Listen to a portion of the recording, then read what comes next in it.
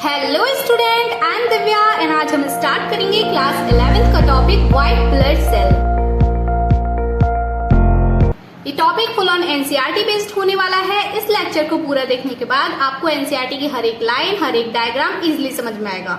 तो स्टार्ट करते हैं। व्हाइट ब्लड सेल WBC, हम इनको ल्यूकोसाइट भी कहते हैं, ल्यूकोसाइट। अब हम इनके काउंट्स के बारे में बात करते हैं कि हमारे ब्लड के अंदर WBC का काउंट कितना प्रेजेंट होता है। ये नॉर्मली 6000 से 8000 पर mm³ प्रेजेंट होता है। 6000 से 8000 पर mm³। ठीक है। अब हम बात करते हैं कि WBC are colourless due to the lack of haemoglobin. जिसे हमने लास्ट लेक्चर में बात किया था कि जो RBC होता है उसके अंदर हीमोग्लोबिन प्रेजेंट होता है, जिसकी वजह से वो रेड इन कलर होता है। बट हमारा जो व्हाइट ब्लड सेल है उसके अंदर हीमोग्लोबिन या कोई और सब्सटेंस प्रेजेंट नहीं होता। बिकॉज ऑफ दिस हमारा जो व्हाइट ब्लड सेल है वो कलरलेस होता है। अब हम बात करते हैं शेप के बारे में।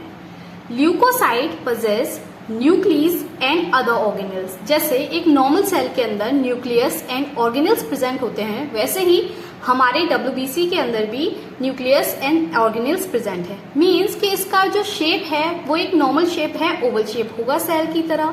बट हमारा जो WBC है उसके अंदर एक फिनोमिना शो होता है, एक प्रोसेस शो होता है, जिसकी वजह से वो अपना शेप चेंज कर लेता है और उस प्रोसेस को बोलते हैं हम डायपिडेसिस। जैसे the movement through capillary wall is refers to as diapedesis. जैसे आप इस डायग्राम में देखो, इस डायग्राम के जो ऊपर का एरिया है दिस वाज कैपिलरी और जो नीचे का एरिया है दिस वाज टिश्यू और जो बीच की लाइन है दिस वाज एंडोथीलियम जो कि कैपिलरी वॉल है। ठीक है। अब जो ऊपर जो सेल रखा है दैट वाज WBC एंड ये WBC क्या कर रहा है, एंटर कर रहा है टिश्यू के अंदर बाय द एंडोथीलियम को पास करके। अब जब ये एंडोथीलियम को पास कर रहा है तो ये अपने स्ट्रक्चर को, अपने शेप को चेंज कर रहा है और ये इस तरीके से चेंज कर रहा है कि वो अपने पूरे स्ट्रक्चर को पतला कर ले रहा है।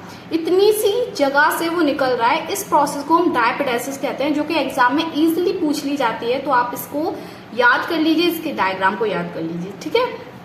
ये तो हो गया बेसिक। अब हम बात करते हैं ल्यूकोसाइटोसिस एंड ल्यूकोपिनिया, ये केस हैं इनके बारे में। ठीक है। जैसे हमने अपनी WBC का जो नॉर्मल काउंट बताया था वो था 6000 से 8000। ठीक है। ये है एक नॉर्मल काउंट। अब फोकसली सुनना। जैसे हमारी बॉडी पे में कोई इन्फेक्शन आया, ठीक है, जब हमारी बॉडी में कोई इन्फेक्शन एंटर करता है तो हमारी WBC का काउंट नॉर्मली बढ़ेगा। जब हमारी WBC का काउंट बढ़ता है थ्रू द इन्फेक्शन तो उसे हम नॉर्मल काउंट में ही काउंट करते हैं। ठीक है। जब भी हमारी बॉडी पे कोई इन्फेक्शन अटैक करता है एंड हमारी WBC का काउंट अगर बढ़ता है तो वो भी काउंट एक नॉर्मल काउंट में ही काउंट किया जाएगा। ठीक है। बट एक्सेप्ट इन्फेक्शन के अलावा एबनॉर्मली अगर हमारी WBC का काउंट बढ़े, मतलब WBC का काउंट एबनॉर्मली बढ़े विदाउट कोई इन्फेक्शन, विदाउट कोई पैथोजेनिक अटैक, अगर हमारी WBC का काउंट बढ़ता है तो उस केस को, उस कंडीशन को हम ल्यूकोसाइटोसिस बोलते हैं। ठीक है। किसी भी ह्यूमन के अंदर WBC का काउंट विदाउट किसी एनी इन्फेक्शन के बढ़ रहा है, इसको हम ल्यूकोसाइटोसिस कहते हैं। एंड सेम एज दिस कि अगर हमारी ह्यूमन की बॉडी में विदाउट कोई इन्फेक्शन WBC का काउंट घट रहा है तो इसे हम ल्यूकोपिनिया बोलते हैं, एबनॉर्मली। ठीक है। ये दोनों एबनॉर्मली कंडीशन है जिसमें हमारे ल्यूकोसाइट्स का काउंट बढ़ता और घटता है। ठीक है। अब जो ल्यूकोसाइटोसिस है इसका एक और टाइप है दैट वाज ल्यूकेमिया, जो कि आपने अपनी 10th 9th में सुना ही होगा। Leukaemia is a blood cancer. इसके अंदर WBC का काउंट इंक्रीज होता है। ठीक है। ये तो हमारी कैटेगरीज हो गई, केसेस हो गए। अब हम बात करते हैं लाइफ स्पैन के बारे में। जो हमारी WBC, जितनी भी टाइप की WBCs होती हैं उनका जो नॉर्मल लाइफ स्पैन होता है वो 7 से लेके 8 डेज होता है। But few can live for year, कुछ WBC 1 साल तक भी जी सकती हैं, दैट वाज कुछ एक्सेप्शन में होती हैं, ठीक है। बट ये तो हो गए नॉर्मल जो कि बुक्स के थ्रू है, नॉर्मल बुक्स के थ्रू। पर हमारी जो NCERT माता जी हैं वो कहती हैं कि हमारी जो WBC की जो लाइफ स्पैन है वो 13 to 20 डेज होती है। तो हमें सिर्फ ये याद करना है, ये नहीं याद करना, ठीक है। अब हम बात करते हैं WBC के फंक्शन के बारे में। जैसे हमने बताया था कि हमारी जो व्हाइट ब्लड सेल है वो हमारी पुलिस इंस्पेक्टर है हमारी बॉडी की, ठीक है। ये क्या है, डिफेंस मैकेनिज्म शो करती है, ये हमारी बॉडी को इम्यूनिटी सिस्टम स्ट्रॉन्ग करती है, ठीक है। Help fight infection and other diseases, ये हमारी बॉडी के अंदर जो इन्फेक्शन है, जो डिसीजेज आ जाती हैं उनसे लड़ने में मदद करती है। ये हमारी सोल्जर भी, WBC को हम सोल्जर सेल्स भी कहते हैं, ये हमारी बॉडी के इम्यून सिस्टम को स्ट्रॉन्ग करती है, ठीक है। अब हम बात करते हैं टाइप ऑफ ल्यूकोसाइट कि हमारी जो WBC होती हैं वो कितने टाइप्स की होती हैं। WBC 2 टाइप्स की होती हैं, ग्रेनुलोसाइट एंड एग्रेनुलोसाइट। जिस ल्यूकोसाइट में ग्रेन्यूल्स प्रेजेंट होते हैं उसे हम ग्रेनुलोसाइट कहते हैं, जिस ल्यूकोसाइट में ग्रेन्यूल्स प्रेजेंट नहीं होते हैं उसे हम एग्रेनुलोसाइट कहते हैं। अब जो हमारे ग्रेनुलोसाइट होते हैं वो 3 टाइप्स के होते हैं, that was neutrophils, basophils and eosinophils. और जो हमारे एग्रेनुलोसाइट्स हैं वो 2 टाइप के होते हैं, that was lymphocyte and monocyte. तो अब हम स्टार्ट करते हैं neutrophil. Neutrophil is the most abundant cell 60 से लेके 65%। जैसे हमारी जो व्हाइट ब्लड सेल हैं उनमें जो सबसे अबेंडेंट सेल है वो है न्यूट्रोफिल, जो कि 60 से लेके 65% हमारे WBC में प्रेजेंट होते हैं, ठीक है। अब हम न्यूट्रोफिल्स के बारे में एक बात बताती हूँ कि जैसे हमारी बॉडी में कोई इन्फेक्शन हुआ तो सबसे पहले जो भाग कर आएगा वो है न्यूट्रोफिल। न्यूट्रोफिल हमारी माता की तरह है कि जब भी हमें कोई प्रॉब्लम आती है तो सबसे पहले प्रोटेक्ट करने न्यूट्रोफिल ही आएगा, ठीक है। Neutrophil can be stain by both acidic basic dye, मतलब हमारा जो न्यूट्रोफिल है वो न्यूट्रल है, ठीक है। उसका नाम ही न्यूट्रोफिल है, दैट वाज कि न्यूट्रोफिल जो है न्यूट्रल है, जो एसिड एंड बेसिक दोनों डाई से स्टेन हो जाएगा, ठीक है। अब हम बात करते हैं स्ट्रक्चर के बारे में। आप इस डायग्राम में देखो कि हमारा जो न्यूट्रोफिल है उसका जो न्यूक्लियस है वो मल्टी लोब्ड न्यूक्लियस है, उसमें छोटे छोटे लोब्स बन रहे हैं बहुत सारे, इसलिए हमारा जो न्यूट्रोफिल है उसे हम मल्टी लोब्ड न्यूक्लियस वाला न्यूट्रोफिल कहते हैं। इसी वजह से हम अपने न्यूट्रोफिल को PMNL भी कहते हैं, that was polymorpho nuclear leucocyte, ठीक है। फंक्शन की बात करें तो जो फंक्शन होता है न्यूट्रोफिल्स का, दैट वाज फैगोसाइटोसिस। फैगोसाइटोसिस का मतलब तो आपको पता ही होगा कि हमारी जो सेल है वो चारों तरफ से फॉरेन सेल को घेर कर उसे डिस्ट्रॉय कर देती है, ठीक है। ये तो हो गया न्यूट्रोफिल। अब हम बात करते हैं बेसोफिल के बारे में, ठीक है। बेसोफिल का जो काउंट होता है WBC के अंदर वो होता है 0.5 से लेके 1% तक, ये सबसे कम होती है, ठीक है। अब हम इसके स्ट्रक्चर के बारे में बात करते हैं। इसका जो स्ट्रक्चर होता है बेसोफिल का वो एस शेप्ड न्यूक्लियस होता है। आप इस डायग्राम में देखो, ये इस बेसोफिल का जो न्यूक्लियस है वो एस शेप का है, ठीक है। अब मैं बेसोफिल के बारे में आपको एक बात बताती हूँ। आपने मास्ट सेल के बारे में तो सुना ही होगा। जो हमारी मास्ट सेल होती है और बेसोफिल होती है वो अलग अलग नहीं, एक होती है, बस इनमें डिफरेंस क्या होता है। जैसे ये बेसोफिल है, ये सेल है, ठीक है। ये ब्लड के अंदर रहेगी तो हम इसे बेसोफिल कहेंगे। अगर ये बेसोफिल टिश्यू के अंदर चली गई तो हम इसे मास्ट सेल कहेंगे, ठीक है। तो बेसोफिल और मास्ट सेल अलग अलग नहीं है, बस ये पोजीशन से इनका नेम चेंज हो गया है। अगर ये सेल ब्लड के अंदर है तो बेसोफिल कहेंगे, अगर ये वाली सेल बेसोफिल अगर टिश्यू के अंदर है तो हम इसे मास्ट सेल कहेंगे, ठीक है। ये बेसोफिल जो है स्टेन हो जाती है बाय द बेसिक डाई। आप इसे याद कर सकते हो, like B for basophil, B for basic dye, ठीक है। अब इसके फंक्शन के बारे में बात करते हैं। तो हमारी जो बेसोफिल है वो सीक्रेट करती है 3 चीजें, ठीक है। Basophil secret 3 enzymes. पहला जो है वो है हिस्टामिन। हिस्टामिन जो होता है इसको हम बेसोडाइलेटर भी कहते हैं। ये हमारी वेसल्स को डायलेट कर देता है, फैला देता है। ठीक है, अब जैसे हमारी बॉडी में कोई एलर्जिक हुआ, ठीक है, एलर्जी कॉज हुई, तो हमारी जो सेल्स हैं, जो वेसल्स हैं, वो क्या करेगी, उनमें इन्फ्लेमेशन होगी, तो वो क्या है, हिस्टामीन इंक्रीज होगा, जिसकी वजह से क्या होगा, हमारी जो सेल्स हैं वो डायलेट होगी और वो इन्फ्लेमेशन शो करेगी। ठीक है, a chemical involve in inflammation, जब भी हिस्टामीन एक्टिवेट होगा हमारी बॉडी में इन्फ्लेमेशन शो हो जाएगा, और ये एक्टिवेट कब होगा, जब कोई एलर्जिक रिएक्शन होगी। ठीक है, अब हम हेपेरिन के बारे में बात करते हैं। Heparin is called as anticoagulant. ठीक है, मतलब ये हमारे ब्लड को कोगुलेट होने से रोकती है। ठीक है, तो जैसे ब्लड वेसल है हमारी, उसके अंदर ब्लड है, तो उसमें ये हमारी जो हेपेरिन है वो एक्टिवेट होती है, जिससे हमारा ब्लड जो है वो कभी भी कोगुलेट नहीं होता, उसके अंदर कोई भी क्लॉट नहीं बनते। बट जैसे ही हमारी जो वेसल है उसमें इंजरी हो गई और ब्लड बाहर निकलने लग गया, तो क्या होगा, ये हेपेरिन क्या है, इनएक्टिवेट हो जाएगा, एंड उससे क्या होगा, ब्लड के अंदर नहीं, वेसल्स के अंदर नहीं, वेसल्स के जैसे बाहर ब्लड गया तो वो इनएक्टिवेट हो जाएगा हेपेरिन जो कि ब्लड के अंदर था, एंड वहां पे क्या होगा, कोगुलेशन फॉर्म हो जाएगी। अब तीसरा एंड द लास्ट है जो बेसोफिल का part, that was serotonin. Serotonin is a वेसो contractor, मतलब वो हमारी वेसल्स को कॉन्ट्रैक्ट कर देता है, उसे सिकोड़ देता है, तो उससे क्या होता है, हमारा जो ब्लड सर्कुलेशन है वो इंक्रीज हो जाता है। ठीक है, जो हमारा ब्लड प्रेशर है वो इंक्रीज हो गया, ब्लड सर्कुलेशन इंक्रीज हो जाता है, तो ये तो हो गया हमारे बेसोफिल के फंक्शन।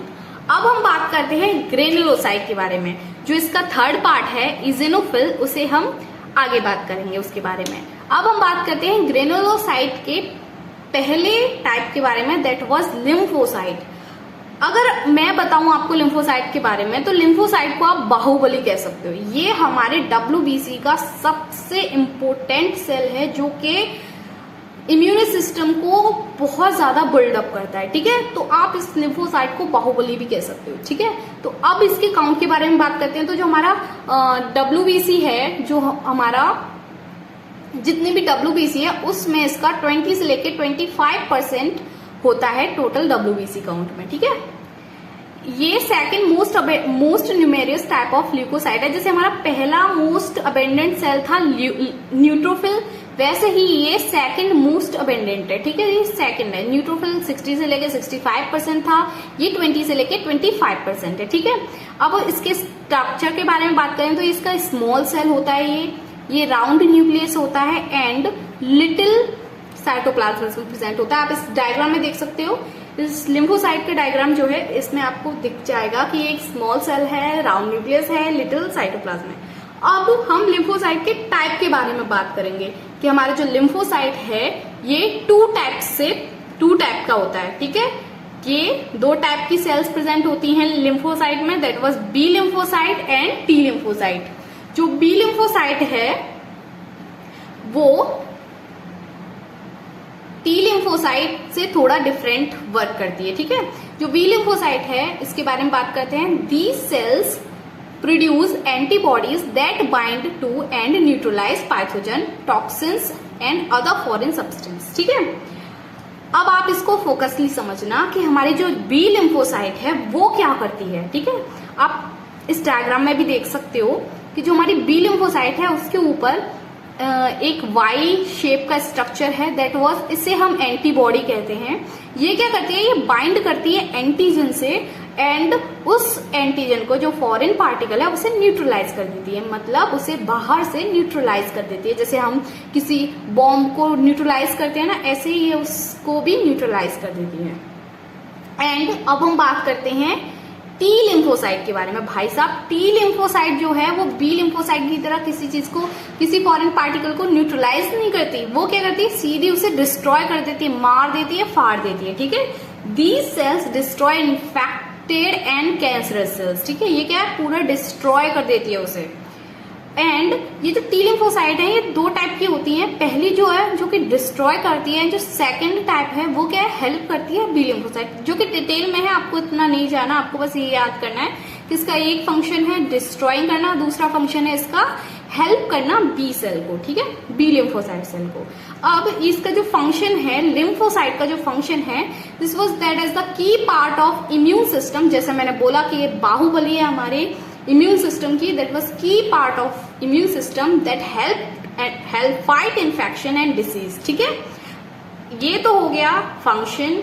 लिम्फोसाइट हमारा कंप्लीट हो गया, न्यूट्रोफिल एंड बेसोफिल कंप्लीट हो गया। अब हम बात करेंगे इजिनोफिल्स जो कि ग्रेनुलोसाइट की है एंड मोनोसाइट जो कि एग्रेनुलोसाइट की है।